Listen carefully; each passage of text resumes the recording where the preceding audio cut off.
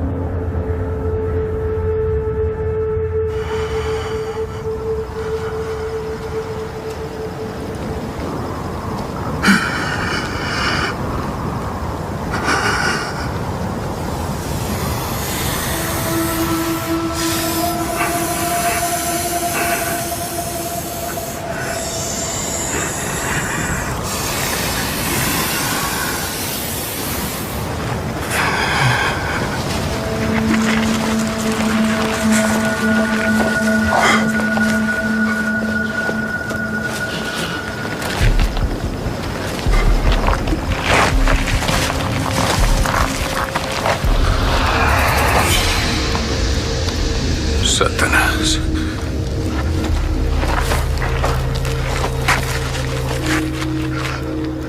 Si tú eres el Hijo de Dios, ordena que esta piedra se convierta en pan.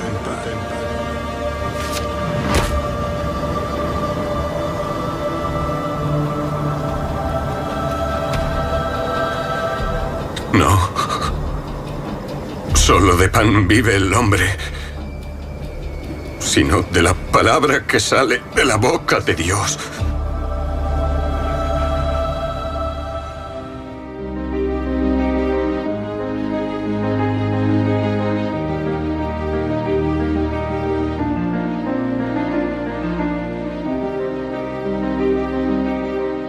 La batalla entre Jesús y Satanás en el desierto, según nos dice el capítulo 4 de San Mateo, es solamente un pequeño reflejo del conflicto verdadero, del conflicto entre el bien y el mal que a través de todos los siglos ha estado desenvolviéndose.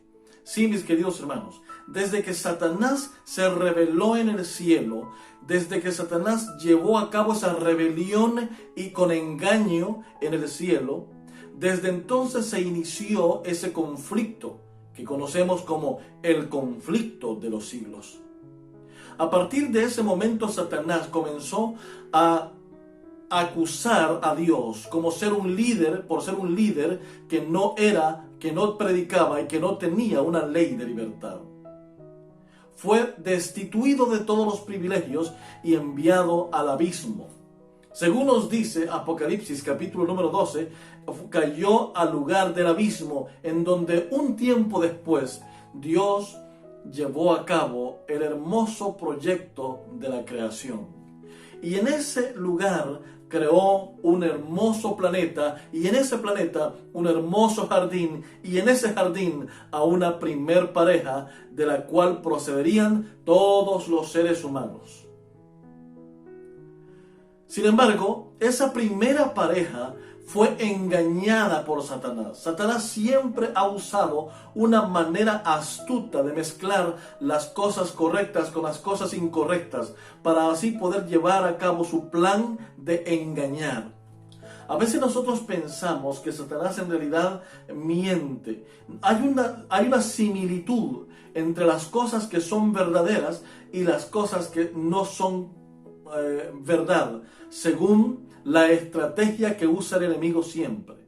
Es decir, él busca la manera de que las personas ni siquiera se den cuenta de que todo esto proviene del maligno.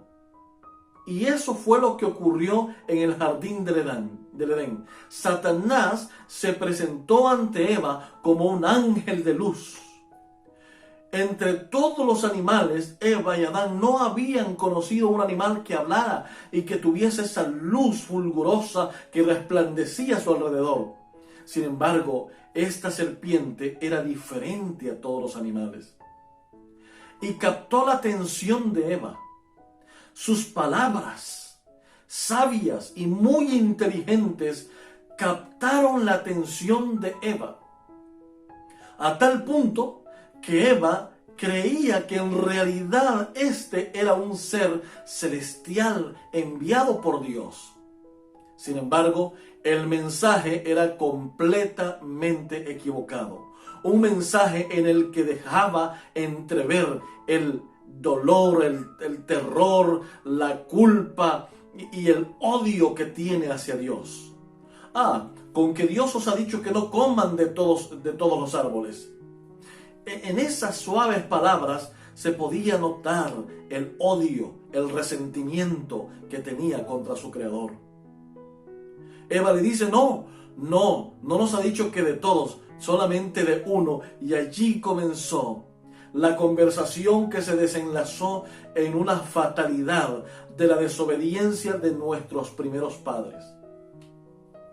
No crean que Satanás siempre se va a presentar de una manera contraria, abiertamente contraria a las cosas de Dios. Incluso en este tiempo hay muchos que predican en el nombre de Jesús y sin embargo no son hijos de Dios, porque promueven un evangelio falso, un mensaje falso que engañan a las personas. Si seguimos estudiando, el capítulo 4 de Mateo nos enseña, el capítulo 3 primeramente nos enseña que Jesús está siendo bautizado en el río Jordán. Y en ese momento, según Marcos, dice que el Espíritu impele o impulsa a Jesús para ir al desierto.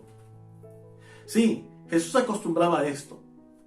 Cuando lo podemos ver más adelante, que cuando Jesús escoge a su equipo que estaría con él en la predicación del evangelio en esta tierra, lo primero que él hace después de haber seleccionado a sus 12 discípulos es retirarse a un lugar solo. Incluso se fueron y cruzaron las fronteras de Israel a lo que ahora sería el Líbano.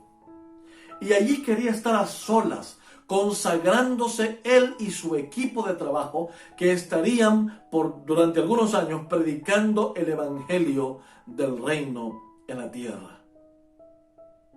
Así que cuando Jesús es bautizado, Satanás también se encontraba entre aquellos que estaban allí como testigos del acontecimiento del ungimiento de Jesús. Él también escuchó cuando la voz se escuchó del cielo que dijo: "Este es mi Hijo amado, en quien me complazco". También fue testigo cuando vio que el Espíritu Santo ungía con poder al que estaba recibiendo la comisión de la predicación del Evangelio. Él sabía que Jesús era el Mesías que había sido prometido desde aquel momento cuando Dios impartió la condenación por la desobediencia. Al hombre le fue quitado el privilegio de vivir eternamente y de no comer del árbol de la vida. Y a Satanás se le prometió que vendría un Mesías, el cual lo derrotaría. Satanás sabía que este Mesías era ese que había sido prometido. Durante todo ese tiempo, el conflicto de los siglos se lleva a cabo delante del universo entero, delante de la hueste angelical y de todo el universo. El universo está expectante para saber quién es el que predica la justicia y quién no. Algunos me han preguntado, ¿pero por qué Dios no eliminó a Satanás en ese mismo instante cuando se reveló en el cielo? Nos hubiéramos ahorrado todo este tremendo problema del pecado y de la consecuencia del pecado. Todo este sufrimiento y guerras nos habríamos ahorrado si Dios en ese momento de la rebelión hubiese eliminado a Satanás. Mis queridos hermanos, pero si Dios hubiese hecho eso en ese momento, todavía tú y yo, imagínate que no lo hizo. Y nos preguntamos si de verdad Dios es justo. Imagínate si Dios hubiese eliminado a Satanás en ese momento, en la hueste angelical y en el universo entero, no digamos nosotros los seres mortales, también estaríamos cuestionando y dudando de la imparcialidad de Dios, de la justicia de Dios. Así que el pecado debía desarrollarse en su máxima expresión y debía revelar su verdadero carácter, el enemigo de Dios, para que el universo entero contemplara el verdadero carácter y entendiera el significado de la justicia y la misericordia de parte de Dios. Así que entonces tenemos que Satanás pretendía, y es una presunción que andaba alardeando, él decía siempre que el hombre le había dado por voluntad propia la oportunidad de dominarlo y de gobernar en este planeta. Ahora Jesús debía venir, oye esto, Jesús debía venir para demostrar que Satanás era un mentiroso, para desvelar el verdadero carácter engañoso de Satanás y que el mundo y el universo entero y las huestes celestiales vieran por fin el verdadero carácter del enemigo de Dios, el verdadero carácter engañoso y pecaminoso de Satanás. Y no solamente revelaría ese carácter del enemigo de Dios, sino que lo vencería y lo aplastaría, tal cual lo dice Génesis 3:15. Es interesante que todo en ese momento cuando Jesús es llevado al desierto, depende de ese momento los grandes resultados. Del desenlace de esa lucha dependía si Jesús podía seguir conquistando y luchando para poder rescatar al ser humano, o si Satanás de nuevo vencería como había vencido a la primera pareja. Jesús es, en cierto sentido, el Adán que vino a sustituir al Adán caído. Ahora venía con menos ventajas, porque imagínate tú, Adán recién salido de la mano de Dios, poderoso, perfecto, sin pecado alguno, no tenía consigo una naturaleza pecaminosa o inclinada al pecado. Y aún así fue engañado por el enemigo. Y ahora Jesús se había despojado de todo el favor del cielo, había velado había ocultado su naturaleza divina al adquirir la naturaleza humana. Y él debía venir en la condición de un hombre caído en la desgracia de la naturaleza pecaminosa, pero sin pecado. Y soportar la tentación y los embates del enemigo en la naturaleza humana del hombre caído, pero sin pecado. Con el fin de demostrarle al universo, al mundo, a ti y a mí, que él podía lograr la victoria. A veces nos preguntamos, ¿qué tan grande y tan profunda pudo ser la tentación que el enemigo le hizo a Jesús?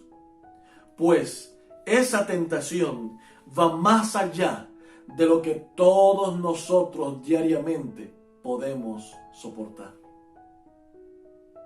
Jesús no pidió ser tentado. Jesús no pidió ser tentado y ser llevado al desierto. No, Él llegó allí para poder adorar a Dios, para poder estar en comunión con Dios. Y pasó durante 40 días y 40 noches. Ustedes se imaginan el momento de empatía y de comunicación con su Padre. Sus ángeles estaban allí. El Padre había bajado contemplando al Hijo. Sin embargo, en un momento, el Padre se va. Los ángeles lo dejan solo. Y al final de esos 40 días, cuando su cuerpo estaba demacrado, estaba débil por el hambre y por la sed, cuando ya no había más que esperar, Jesús contemplando y esperando una respuesta de Dios, de pronto aparece un ángel rodeado de luz. Y yo quiero que pongan mucha atención a esto, ¿saben? Porque a veces nosotros nos imaginamos al diablo con un par de cuernos, con fuego que tira por la boca, por el pico, por lo que fuera, y está buscando y que anda aterrorizando a todas las personas. Pero la realidad es otra. Satanás no se presenta como un ser maligno, al contrario, se presenta como un ser de luz, así como se le presentó a Eva en el Edén. Así también se le presentó a Jesús en el desierto, no como un demonio como Hollywood lo presenta, no como un animal rabioso, no como un ser despreciable y terrorífico, sino como un ángel de Dios, casi que simulando una respuesta a la oración que Jesús hacía.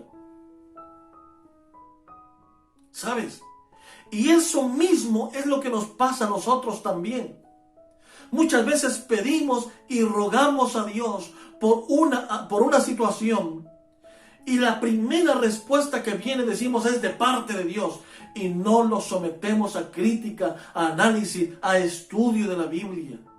Porque muchas veces Satanás también tiene ese poder de muchas veces aparentar que esas respuestas provienen de Dios. Pero no, mi querido, no proviene de Dios. Satanás tiene esa astucia de poder engañar aparentando que vienen de Dios algunas respuestas. Y ahora Jesús, al término de 40 días y 40 noches, allí estaba. Satanás estaba allí, sí. Estaba queriendo engañar a Jesús. Se acerca con una voz melodiosa y le dice: si tú eres el Hijo de Dios, manda que esas piedras se conviertan en pan. Ah, mis queridos hermanos, ¿saben?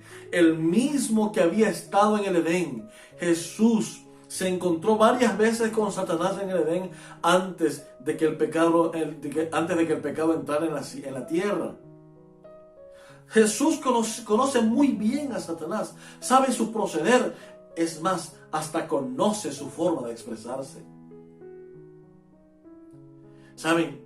La misma forma en que le dijo a Eva: con que Dios les ha dicho que no coman de ningún árbol, le buscó el apetito. Aquí Satanás le dice: si eres el Hijo de Dios. Una pregunta, una prerrogativa, pero una pregunta que demuestra cierto resentimiento, cierto odio. Es decir, si eres el Hijo de Dios. Es decir, oye, si de verdad, yo no dudo, pero si de verdad eres el Hijo de Dios, hombre, no aguantes hambre. Di que se conviertan en pan esas piedras, y entonces vas a comer tranquilo. Mis queridos hermanos, ¿saben una cosa?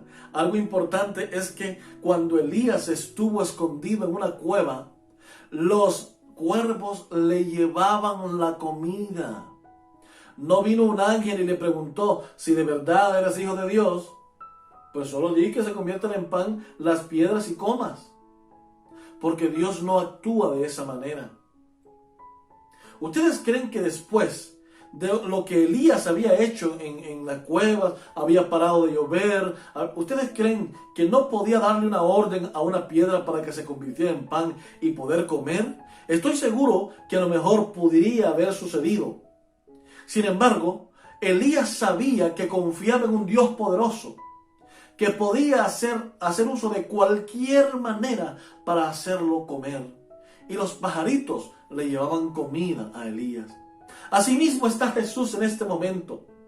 ¿Por qué tengo que hacer uso de mi poder como Dios? Oye, decía Jesús, para poder transformar las piedras en pan.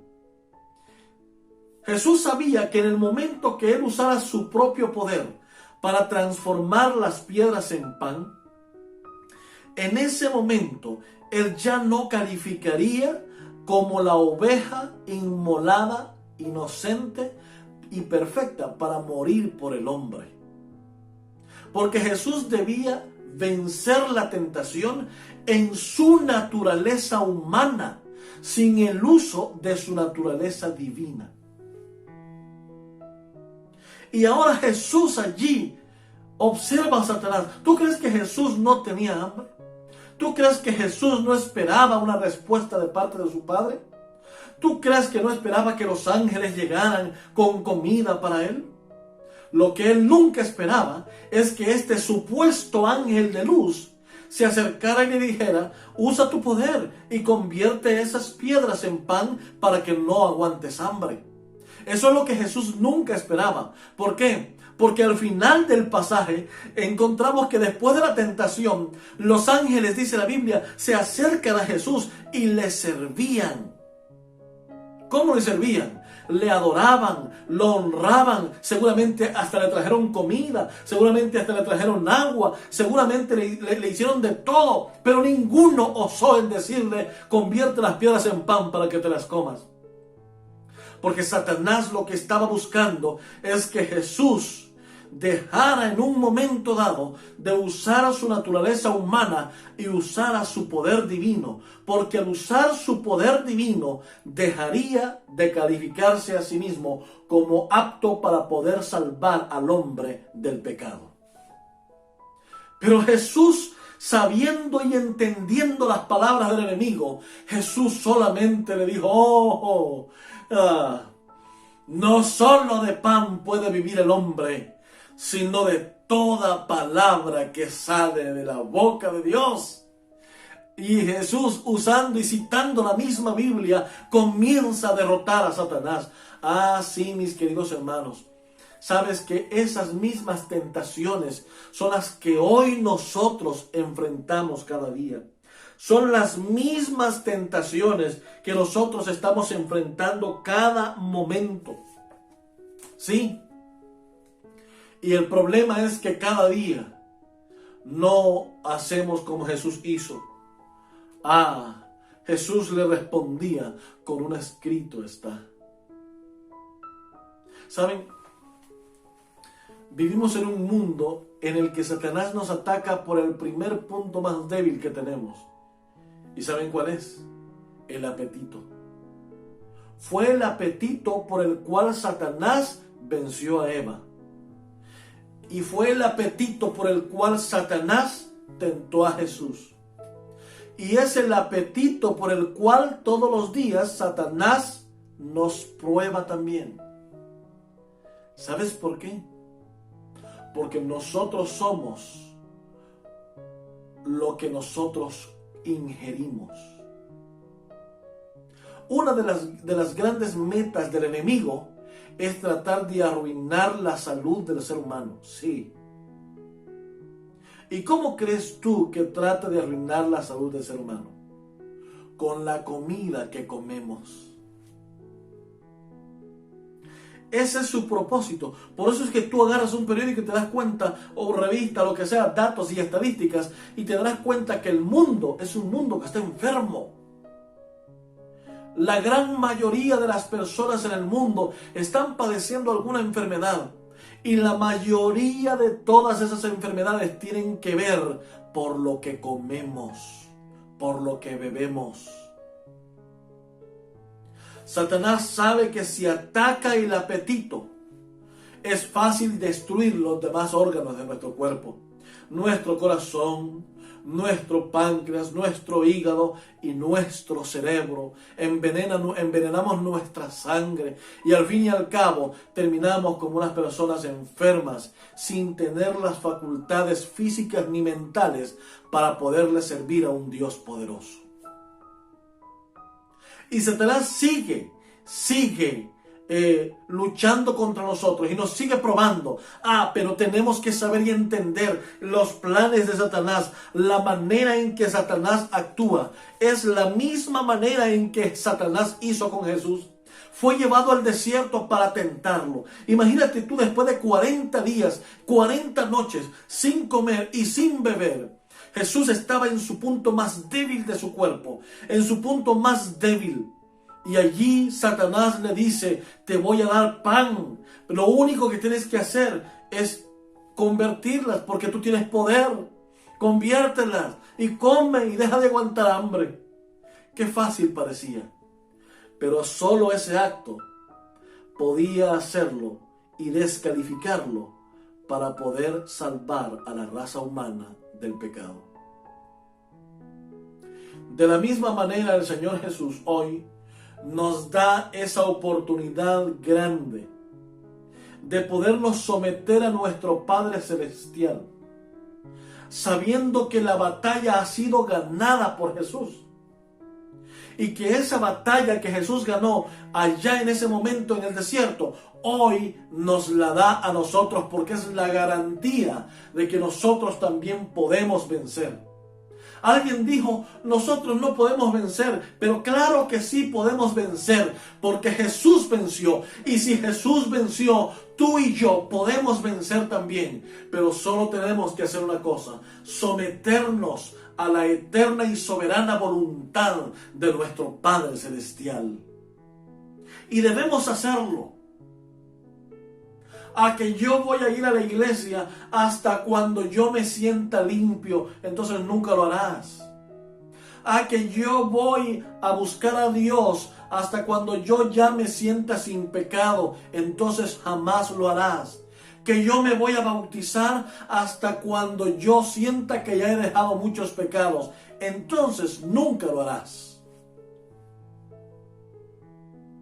Acércate a Jesús hoy, mientras pueda ser hallado y mientras aún hay esperanza.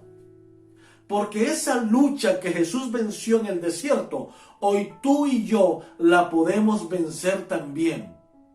Porque no nos ha sido dado un espíritu de cobardía, sino un espíritu de vencedores, de personas, de guerreros, de luchadores, de vencedores.